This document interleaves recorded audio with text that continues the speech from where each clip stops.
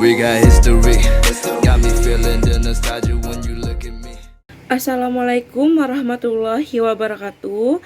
Perkenalkan, nama saya Dean Permatasari dari semester 5 dengan mata kuliah Filsafat Hukum.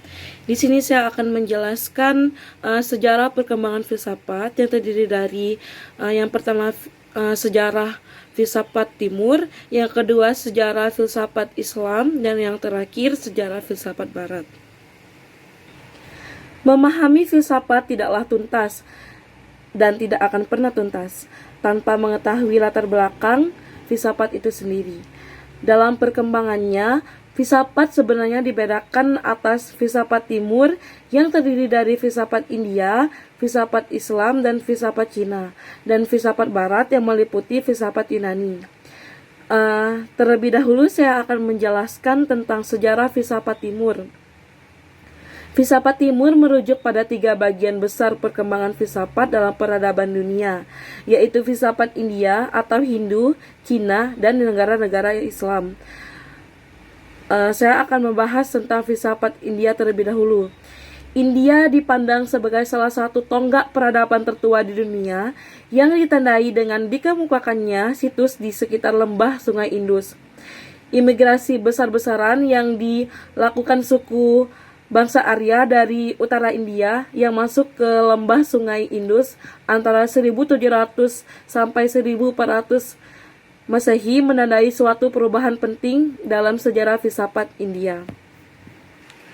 Filsafat India sebagian besar memiliki bersifat mistis dan intuitif. Peranan rasio baru agak menonjol pada kurun terakhir perjalanannya, yakni setelah berkenalan dengan filsafat barat zaman modern. Menurut Radhakrishnan dan Moore, ada 7 ciri umum yang mewarnai hampir seluruh sistem filsafat India, yang pada pokoknya dinyatakan sebagai berikut. Yang pertama yaitu motif spiritual yang mendasarinya. Yang kedua, filsafat India ditandai dengan sikap introspektif dan pendekatan introspektif terhadap realitas. Yang ketiga, adanya hubungan erat antara hidup dan filsafat. Tendensi ini kita temukan dalam setiap sistem filsafat India. Yang keempat, tendensi introspektif ini membuat filsafat India lebih bersifat idealis. Yang kelima, hanya intuisilah yang diakui sebagai umum menyingkap kebenaran yang tertinggi. Yang keenam, penerimaan terhadap otoritas. Dan yang terakhir, yang ketujuh, adanya tendensi untuk mendekati berbagai aspek pengalaman dan realitas dengan pendekatan sintetis. Selanjutnya, saya akan membahas tentang filsafat Cina. Menyoal filsafat Cina harus dimulai dengan menengok jauh ke belakang, pada kisaran 1000 tahun pertama sebelum Masehi.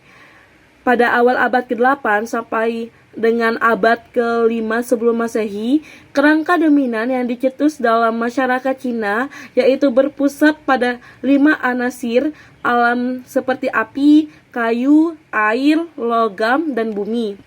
Kelima anasir alam ini digambarkan sebagai satu kesatuan yang terintegrasi dan sekaligus sebagai jawaban terhadap fenomena kehidupan yang sesungguhnya. Jika filsafat India dilandaskan pada Weda, maka filsafat Cina dilandaskan pada Konfusius dan Lao Tzu yang berkembang dari abad ke-5 hingga ke-3 sebelum Masehi. Selanjutnya saya akan membahas tentang sejarah filsafat Islam. Istilah filsafat Islam sendiri masih dipertanyakan ketepatannya. Persoalan ini muncul karena ada di antara filsuf yang digolongkan sebagai pemuka filsafat Islam, ternyata ada yang tidak beragama Islam gitu. Alasan yang serupa juga diberikan untuk menolak penyebutan filsafat Arab. Banyak di antara filsuf itu yang justru berasal dari negara-negara di luar Arab, dan karya-karya mereka pun ada yang tidak ditulis dalam bahasa Arab. Al-Ihwani menyebut beberapa istilah alternatif yang dapat dikemukakan para ahli seperti filsafat negara-negara Islam atau filsafat di dunia Islam.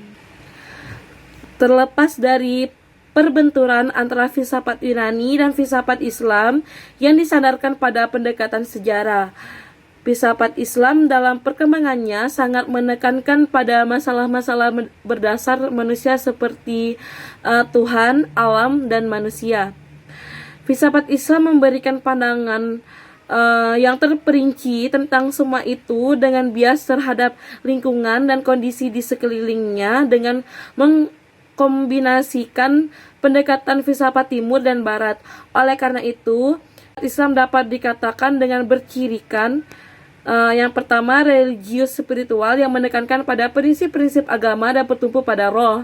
Yang kedua, rasional yang menekankan penafsiran terhadap masalah-masalah ketuhanan, alam, dan manusia. Dan yang ketiga, sinkretis yang menekankan pada perpaduan filsafat timur, klasik, dan filsafat barat. Secara umum, filsafat atau negara-negara Islam dapat dibedakan ke dalam wilayah, yakni wilayah Masyriqi atau timur dan wilayah Maghribi atau barat. Terlebih lanjut, saya akan membahas tentang kawasan Masyriqi. Kawasan Masyriqi muncul sekitar 2 abad lebih dahulu dari kawasan Maghribi. Pusat peradaban Islam di bagian timur telah berpindah ke Madinah dan Damaskus, ke Damaskus, Syam atau Suriah sekarang, di bawah pemerintahan Bani Umayyah. Setelah itu, pusat pemerintahan pindah ke kota Baghdad. Ini dikenal sebagai pusat pendidikan dan kebudayaan Islam terkemuka pada abad ke-9 Masehi. Seterusnya saya akan membahas tentang kawasan Maghribi. Pusat kekuasaan Masyriqi ada di Baghdad, sedangkan pusat kawasan Maghribi berada di Cordova, Spanyol. Sama seperti di kawasan Masyriqi, di kawasan Maghribi pun gerakan filsafat baru muncul setelah dilakukan penerjemahan karya-karya ilmiah dari ke dalam bahasa Arab. Sekalipun demikian, tidak seperti di kawasan Masyriqi. Di kawasan Maghribi ini pun masyarakat biasa menuduh para filsuf sebagai orang-orang kafir. Hal ini mungkin sekali menjadi penyebab mengapa perkembangan filsafat di kawasan ini tidak sepesat di kawasan Masyriqi. Selanjutnya saya akan membahas tentang sejarah filsafat barat. Perkembangan sejarah filsafat barat dapat dibedakan dalam beberapa periode sejarah yang bermula dari filsafat Yunani kuno sampai pada filsafat abad kedua. Filsafat barat sekalipun baru muncul belakangan dibandingkan dengan filsafat timur. Dalam kenyataannya mengalami perjalanan yang lebih intens. Dalam perjalanan itu, filsafat barat ternyata tidak berhenti pada filsafat sebagai pandangan hidup belaka, tetapi berhasil menumbuhkan dan mengembangkan ilmu-ilmu modern, termasuk metodenya yang kemudian disebarluaskan di seluruh dunia. Sejak masa filsuf alam sampai berakhirnya abad pertengahan, ada identifikasi antara filsafat dan ilmu. Baru pada abad ke-16 dan ke-17 muncul revolusi ilmu di Eropa. Dengan revolusi itu, mulai ada penilaian yang lebih tegas antara filsafat dan ilmu-ilmu lain yang pada umumnya.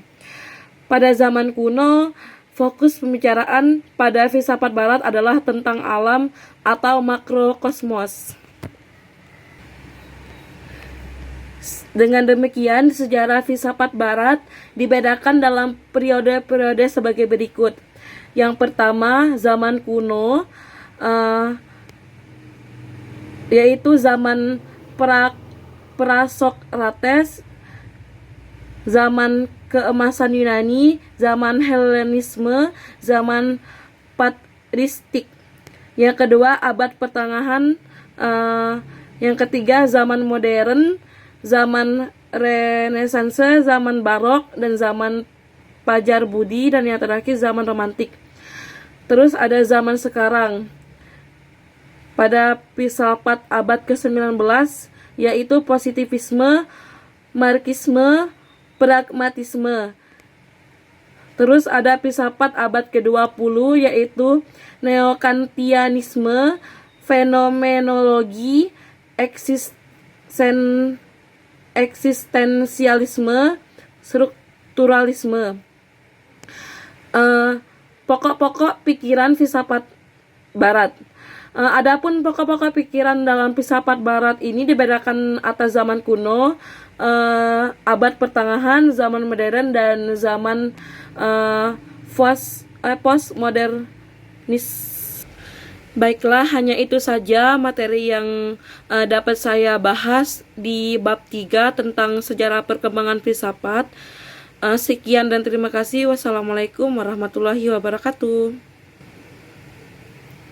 We got history, got me feeling the nostalgia when you look at me.